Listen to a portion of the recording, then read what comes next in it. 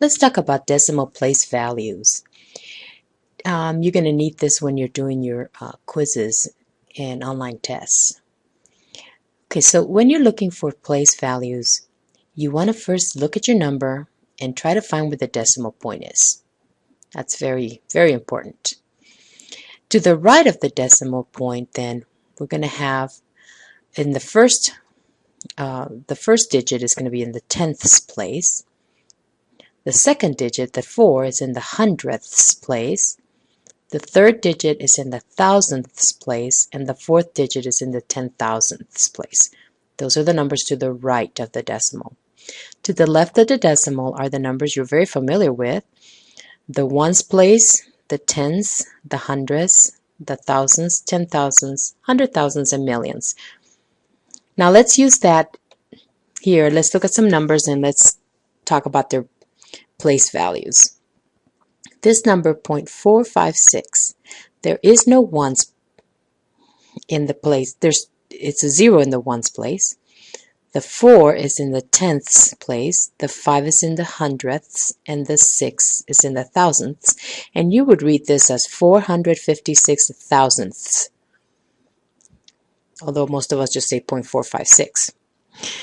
Okay, this next number, we have a 1 in the ones place, then the decimal point.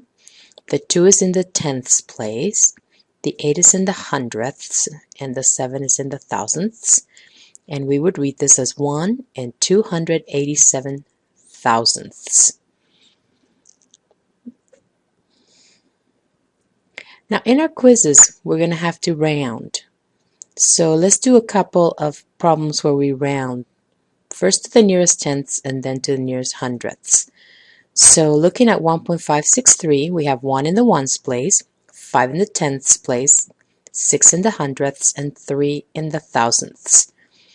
Now when we're going to round to the nearest tenths, we look at the number that's in the tenths place. That would be our 5. And to round to that, we're going to look at the number that's directly to the right of the 5. And so we look at that number, and since we have a 6, if we have a number that's 5 or greater, then we're going to go to our tenths place and round up to the next digit, which would be 6. So this number rounded to the nearest tenths is 1.6. Notice how you drop the other two places. Okay, now if we were going to use the same number but round to the nearest hundredths, then we go look at the digit that's in the hundredths place, which is the 6. We're back to our original number, as you can see. You're going to look to the number directly to the right of the 6. This time we have a 3. And because the 3 is less than 5, we keep the 6. We don't round. We don't round up. We keep the 6. And so we write 1.56, drop the 3. And that number is now rounded to the nearest hundredths. Let's try another example. In this next number, we have 0.667, 0 in the ones place, a 6 in the tenths, a 6 in the hundredths, and a 7 in the thousandths. Now to round this number to the nearest tenth, we go find the digit that's in the tenth place, which is the first 6. Look directly to the right of that number. That's also a 6. That's greater than 5, so we round up to a 7, and we write 0.7, 7 tenths. That's our rounding. To round to the nearest hundredths, we go back to our original problem. We look for the digit in the hundredths place, which is 6. Go directly to the right. That's a 7. That's bigger than 5. So we round the 6 up to a 7, and we write 0.67, which is 67 hundredths. Okay, we're at the next problem, which is 0.13, and we have a 0 in the ones place, a 1 in the tenths place, a 3 in the hundredths place, and really we have nothing in the thousands, so I'm going to put a 0 here. And to round to the nearest tenths, we look at the 1, which is in the tenths place. We go directly to the right, look at the 3. The 3 is less than 5, so we keep the 1. We don't round up. We keep the 0.1, and so we have 1/10. To round to the nearest hundredths, well,